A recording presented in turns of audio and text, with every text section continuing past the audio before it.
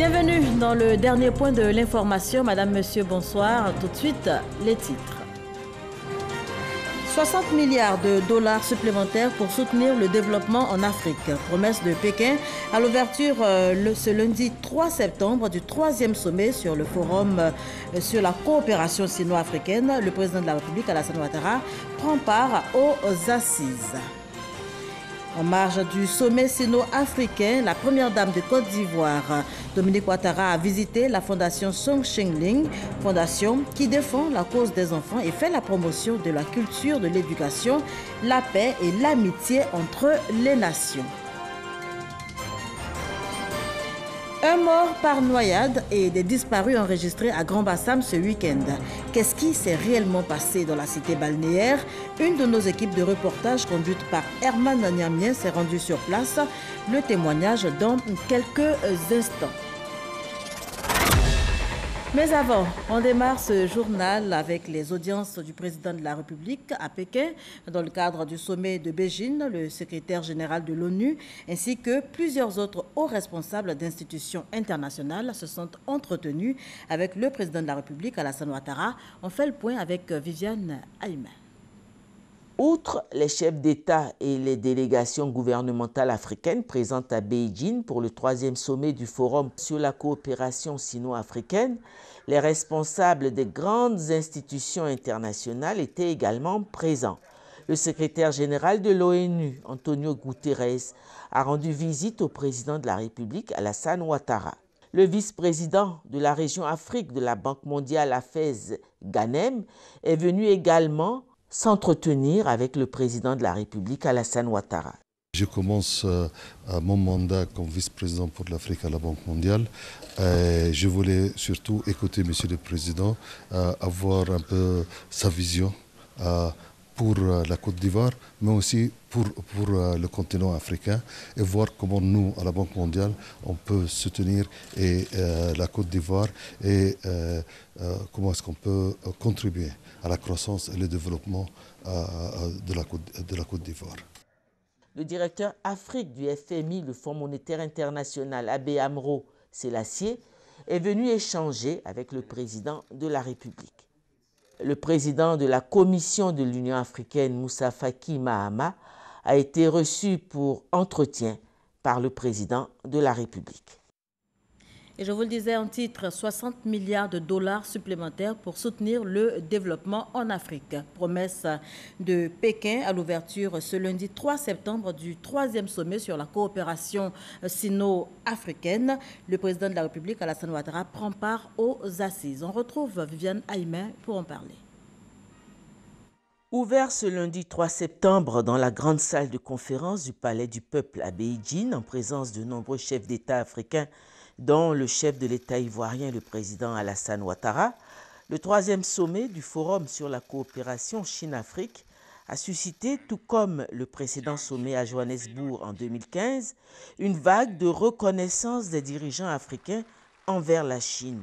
En effet, dès l'entame de la rencontre, le président Xi Jinping, dans son discours, a annoncé de bonnes nouvelles dans le cadre de la coopération de son pays avec les pays africains. La Chine est prête à fournir sous diverses formes, comme aide gouvernementale, investissement et financement par des entreprises et institutions financières, un soutien de 60 milliards de dollars américains à l'Afrique.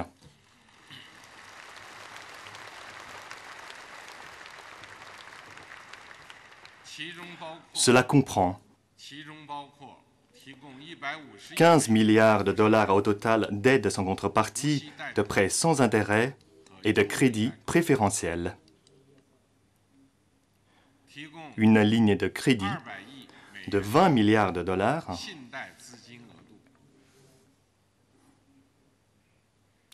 le soutien à la création d'un fonds spécial de 10 milliards de dollars pour le financement du développement et d'un fonds spécial de 5 milliards de dollars pour le financement des importations en provenance de l'Afrique.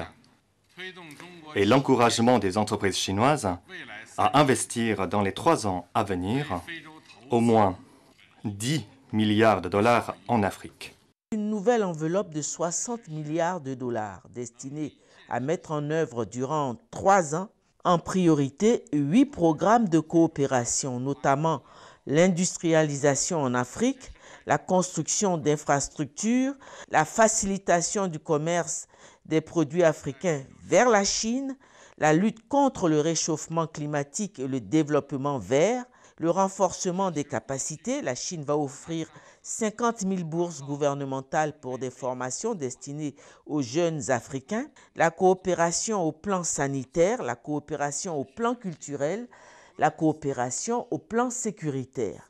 Le président Xi Jinping a par ailleurs annoncé l'annulation par son pays des dettes non remboursées arrivant à échéance en 2018. Pour rappel, en 2015, lors du sommet de Johannesburg sur la coopération sino-africaine, une enveloppe de 60 milliards de dollars avait là aussi été dégagée pour la réalisation de programmes de coopération. La Chine est attachée au principe de solidarité. Tout ce que nous avons promis à nos frères africains, nous le ferons, a assuré une nouvelle fois le président Xi Jinping. Notons que le sommet 2018 du Forum sur la coopération sino-africaine a accueilli 3 nouveaux membres, la Gambie, Sao Tomé et Principe et le Burkina Faso. Et en marge du sommet sino-africain qui a ouvert ses portes ce lundi, la première dame de Côte d'Ivoire, Dominique Ouattara, a visité la fondation Song Xingling, fondation qui défend la cause des enfants et qui fait la promotion de la culture de l'éducation, la paix et l'amitié entre les nations. C'est ce que nous dit Viviane Aïma. La première dame, Madame Dominique Ouattara, a été reçue à la résidence du dernier empereur de Chine, résidence qu'habitait Madame Song Xingling, la toute première dame de la République populaire de Chine. C'est dans ce lieu chargé d'histoire et qui fait office désormais de musée et de siège de la fondation Song Xingling de Chine que M. Hang Yuanjiang, secrétaire du Parti communiste chinois et l'un des vice-présidents de cette fondation, a échangé avec la première dame de Côte d'Ivoire. Selon ce vice-président, la fondation Song Xingling de Chine se donne pour vocation de propager et pérenniser la philosophie de Madame Song Xingling, qui est de défendre la cause des enfants, la culture, l'éducation, la science, l'unification de la Chine, la paix et l'amitié entre les nations. Nous avons 2 choses en commun avec votre fondation, l'Afrique et les jeunes, a déclaré la première dame de Côte d'Ivoire, poursuivant en présentant sa fondation Children of Africa et ses projets majeurs dans l'hôpital mère-enfant de Bingerville et la construction des maisons d'accueil à Soubré, Boaké et Ferké. La première dame de Côte d'Ivoire et le vice-président de la fondation ont envisagé ensemble une possible collaboration entre la fondation Children of Africa et la fondation Song Xingling de Chine. Le cap a ensuite été mis sur le centre d'échanges scientifiques et de formation pour les jeunes de 3 à 18 ans. Ce centre est une propriété de la fondation Song Xingling de Chine. Selon ses animateurs, c'est en moyenne 800 enfants et jeunes qui participent chaque jour à l'animation des ateliers de robots, de danse, de couture, de médecine chinoise, de culture et des arts. Les enfants, en dehors des heures de classe, viennent apprendre la technologie, l'éducation et la culture. L'avancée technologique et les commodités dans lesquelles baignent les apprenants sont impressionnantes. Je suis vraiment impressionnée et je rêve de quelque chose comme ça pour la Côte d'Ivoire. Bien sûr, ça demande beaucoup de moyens, mais c'est magnifique et c'est très très bien organisé. Nous avons convenu d'avoir une coopération entre les 2 fondations, avec la fondation Song Xingling et la fondation Children of Africa, et je serais ravie, bien sûr, que ça se concrétise. La première dame de Côte d'Ivoire a ainsi confié ses impressions à la presse à la fin de la visite du centre. Et les relations entre la Côte d'Ivoire et la Chine se portent bien, on peut le dire sans risque de se tromper.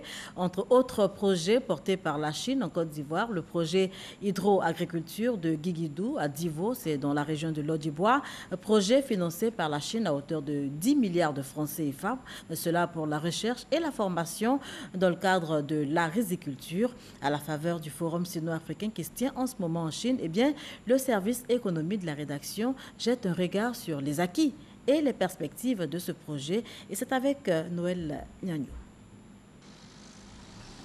Le projet d'aménagement hydro-agricole de Guigidou dans le département de Divo, une expression visible de la coopération sino-ivoirienne.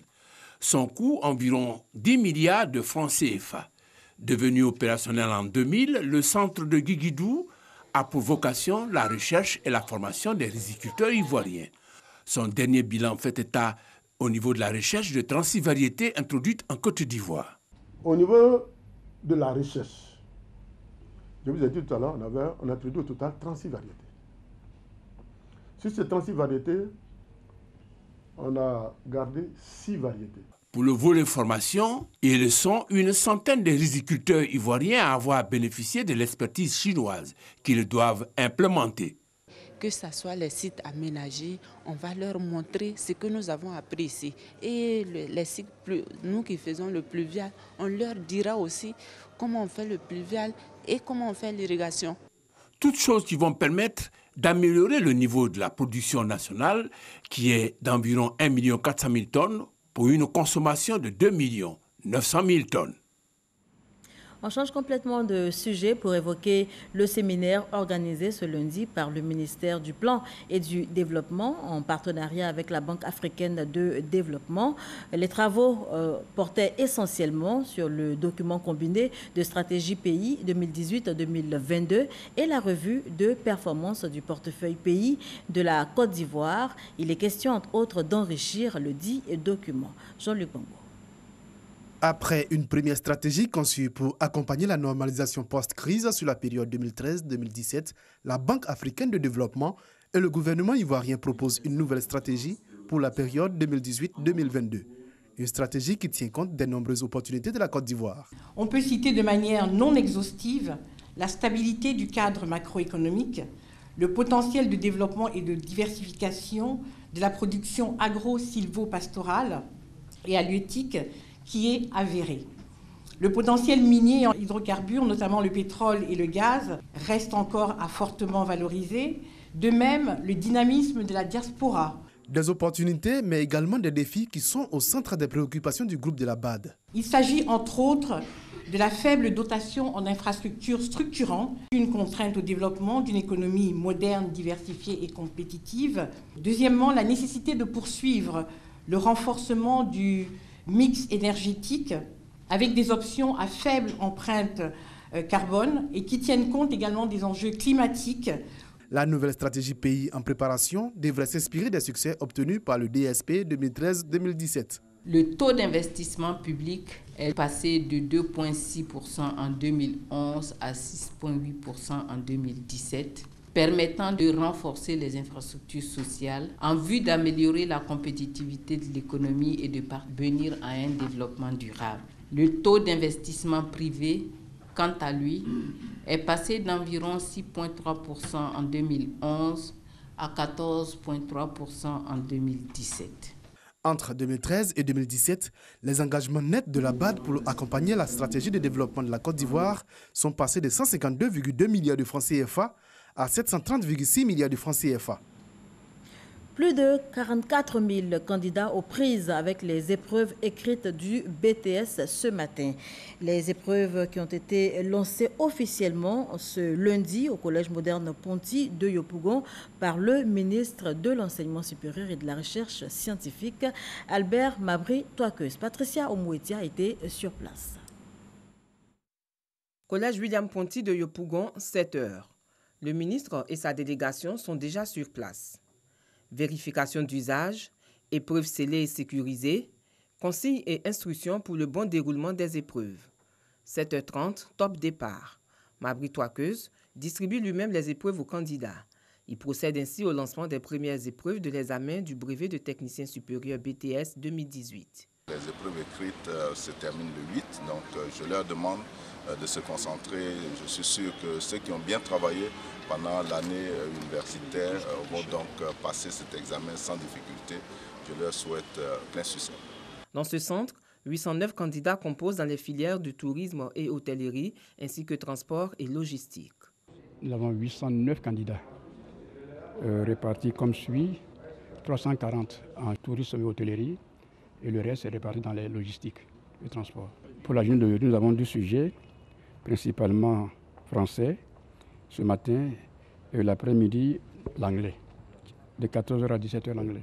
Tout se passe bien pour l'instant. 13 salles pour la filière d'hôtellerie et tourisme et 19 pour la filière de transport et logistique. Répartition par salle, environ 25 candidats. Des candidats sereins et concentrés. Quand ils ont rejeté la date, ils étaient stressés, mais au fur et à mesure que ça avançait, ça allait. C'est comme si, ils venaient à un devoir. C'est quand ils ne voyaient pas mon nom, ils étaient un peu mélangés, ils étaient troublés, mais ça va. Bien, ils me sentent très bien. Je ne suis pas stressé, puisque j'ai déjà fait ça. Ça me fait plus de 9 mois que je suis sur le banc, donc c'est pas aujourd'hui que je vais avoir le stress en moi. Les épreuves se déroulent dans le calme. Selon les surveillants, le brevet de technicien supérieur, BTS, met ainsi fin aux examens à grand tirage du système éducatif ivoirien. Session 2018. Et pour les tout-petits, les inscriptions à la maternelle et au CP1 ont effectivement démarré ce lundi également. Peu d'engouement pour l'heure dans les écoles sillonnées par nos reporters, mais les parents d'élèves ont encore 4 jours, soit jusqu'au 7 septembre, pour inscrire leurs enfants avec ou sans extrait d'acte de naissance. 9h30 au groupe scolaire Cocody Château. Seydou est déjà présent pour l'inscription de sa fille en classe de CP1. Votre enfant, c'est Keita Alia Fatim. Okay. Et vous l'inscrivez au CP1 ici, dans notre école.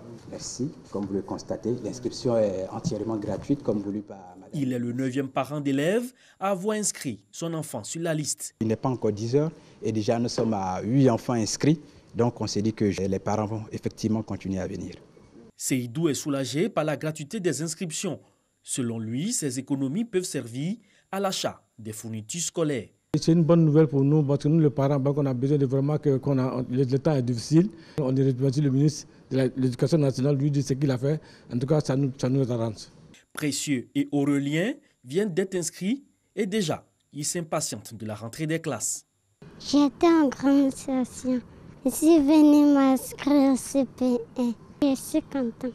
À l'EPP Gabriel Dadier, dans la commune de Makori, on retrouve également des agents du ministère de l'Éducation nationale.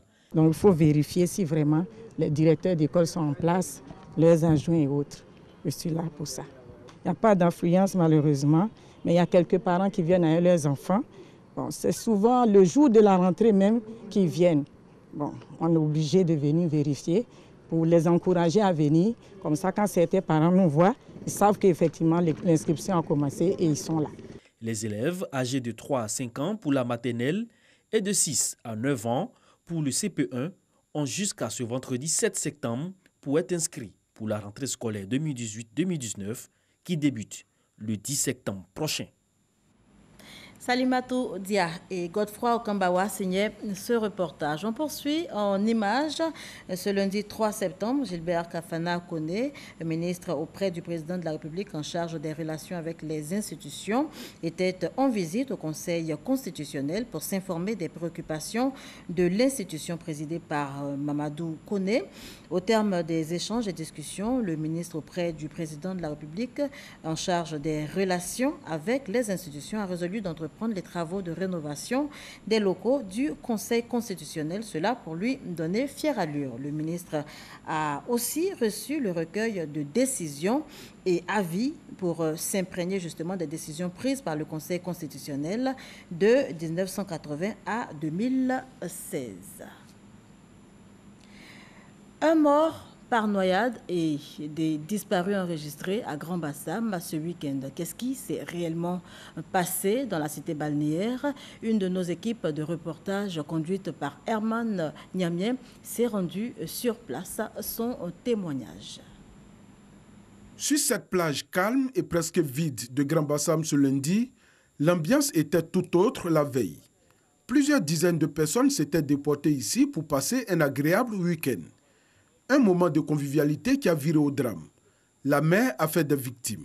La question est au cœur d'une réunion d'urgence à la préfecture de la ville. Hier, nous avons été alertés aux environs de 13 heures de ce qui se passait à la plage.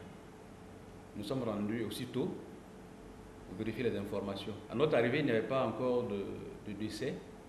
Il y avait eu des cas d'intervention de sauvetage. Il y a eu 4 grands sauvetages avec une évacuation sur l'hôpital de Grand Bassam. Par la suite, la mer a rejeté un corps dont la disparition avait été signalée auparavant aux environs de 16h30. Et en plus du décédé, il y a eu 2 cas de disparition à Grand Bassam. Un cas de disparition a été signalé du côté de Mondoukou. Les maîtres nageurs témoins des événements soutiennent eux aussi qu'il n'y a eu qu'un seul corps repêché et des disparus. Celui qu'on a retrouvé, c'est un. Informés, les proches des victimes défilent à Grand Bassam pour avoir des nouvelles de leurs enfants. C'est le cas de ce parent venu d'Abobo. Hier, nous avons venus, nous sommes bien cassés dans l'eau. Donc c'est ça, nous sommes venus voir. Bon, on n'a pas encore trouvé le corps. Mais vraiment, là, encore dans la maison, on n'a pas vu. C'est beaucoup qu'on peut faire. Il devra donc patienter encore pour avoir une réponse. Aucun autre corps n'a été aperçu au lendemain du drame selon les maîtres nageurs. Vraiment, quand vous venez, que ceux qui sont de Bassam essaient de vous sensibiliser, quand même, je veux que vous ayez le temps d'écouter. C'est vrai que vous venez pour votre plaisir, parce que regardez bien cet endroit, c'est dangereux. Mais il y a des personnes qui viennent, qui risquent leur vie pour nager par là. Et quand on leur parle, c'est difficile. Il arrive parfois qu'ils veulent nous tabasser. Les patrouilles se poursuivent le long de la plage dans l'espoir de repêcher d'éventuels corps. Reportage signé Herman Niamien. Inondation en Côte d'Ivoire. Le gouvernement initie une mission d'évaluation des pertes et dommages. Il s'agira pour cette mission d'identifier les causes et les risques liés aux dernières pluies diluviennes qui se sont abattues sur Abidjan. Cela en vue de faire des propositions pour des solutions durables. Grâce Crando. De 1996 à 2018, plus de 200 personnes ont perdu la vie suite aux inondations et glissements de terrain. En 2011, 160 sites à risque ainsi que 6 000 ménages vulnérables ont été identifiés dans le district d'Abidjan. À cela s'ajoutent de nombreux bâtiments détruits et plusieurs infrastructures routières endommagées. Pour mesurer les impacts et les effets de ces dégâts, une mission d'évaluation des pertes et dommages se tient à Abidjan.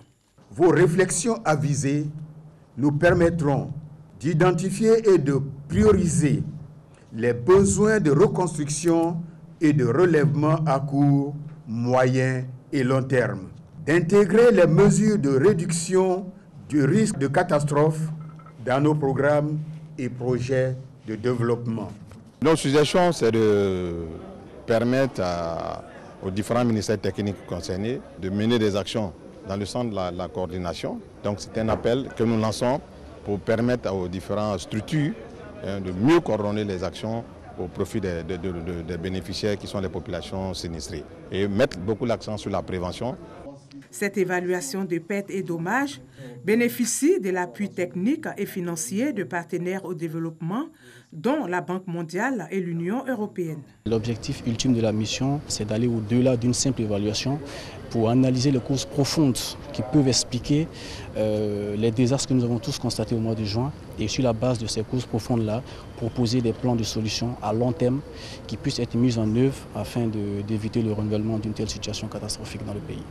Au terme de l'évaluation, la Côte d'Ivoire disposera d'une stratégie de relèvement dont la mise en œuvre permettra d'atteindre un niveau de résilience acceptable, tel que recommandé par les 7 indicateurs du cadre d'action de Sendai pour la réduction des risques de catastrophes 2015-2030, dont la Côte d'Ivoire est signataire.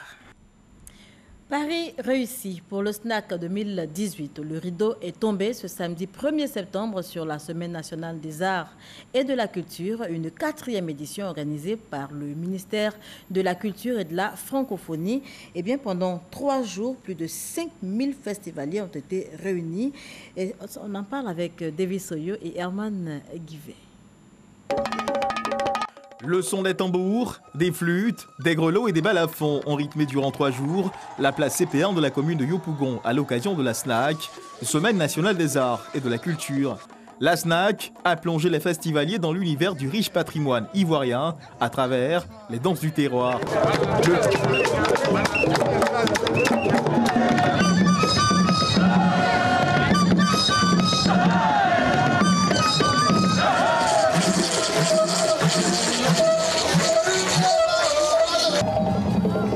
Le zaouli, le yayé, le boloy, le tématé, le blédoué, le sibari, le kwa et la danse des panthères, autant de rythmes qui ont fait voyager les 5000 festivaliers du nord au sud, de l'est à l'ouest, en passant par le centre de la Côte d'Ivoire. Enfants, jeunes et vieillards n'ont pu résister à la frénésie des chants et danses traditionnelles. Nous sommes habitués, si nous ne connaissons pas la culture, ça fait bien de connaître, de voir nos cultures, de venir danser, on voit la danse traditionnelle, ça nous fait plaisir. Je suis en plein dans mon identité, ma culture, et je suis très fier parce que j'ai vu de belles choses. Pour le ministre de la Culture et de la Francophonie, cette tribune a su rassembler les Ivoiriens, curieux de découvrir, avec les arts et danses, les richesses du patrimoine de la Côte d'Ivoire. Notre rôle en tant qu'État de Côte d'Ivoire, c'est de veiller à la préservation de toutes nos richesses et à leur expression. Toutes nos beautés doivent être en partage. Ceci pour consolider les sentiments de fierté, les sentiments d'appartenance à une même nation.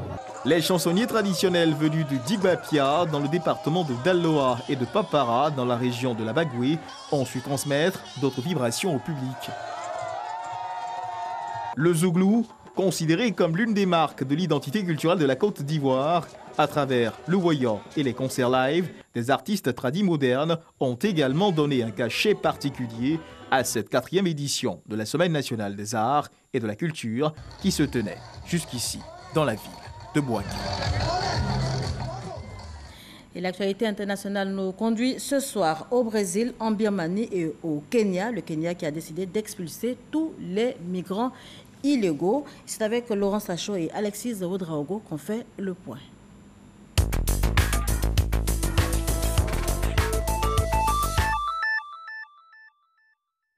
Depuis plus d'une semaine, le Kenya intensifie sa lutte contre l'immigration clandestine. Le ministre de l'Intérieur, Fred Matiang'i, accuse les clandestins de prendre le travail des Kenyans et de commettre des crimes dans le pays. Le gouvernement entend expulser tous ces migrants illégaux d'ici le 30 novembre prochain. Un énorme incendie a ravagé dimanche le musée national de la capitale brésilienne. Aucune victime n'a été signalée pour l'heure. L'incendie d'origine toujours inconnue a ruiné 200 ans de travaux de recherche et de connaissances. Le musée national compte parmi les musées les plus anciens et prestigieux du Brésil, avec une multitude de pièces de valeur. 2 journalistes birmans de l'agence britannique Reuters qui avaient enquêté sur un massacre de musulmans Rohingyas par l'armée en Birmanie ont été condamnés ce lundi à 7 ans de prison pour atteinte au secret d'État. Ce verdict intervient dans un contexte de grande tension entre la Birmanie et la communauté internationale. L'ONU demande leur libération. On poursuit avec cette information. Le titre de meilleur joueur de la FIFA sera remis le 24 septembre prochain. 3 finalistes sont connus: Cristiano Ronaldo, Juventus de Turin, Luka Modric, Croatie, Real de Madrid et Mohamed Salah, Liverpool, Égypte. Et ce rappel pour terminer, 60 milliards de dollars supplémentaires pour soutenir le développement en Afrique. Promesse de Pékin à l'ouverture ce lundi 3 septembre du 3e sommet sur la coopération sino-africaine. Notez que le président de la République, Alassane Ouattara, prend part aux assises. C'est ici qu'on s'arrête pour cette édition. Merci de l'avoir suivi. On se retrouve demain, même heure.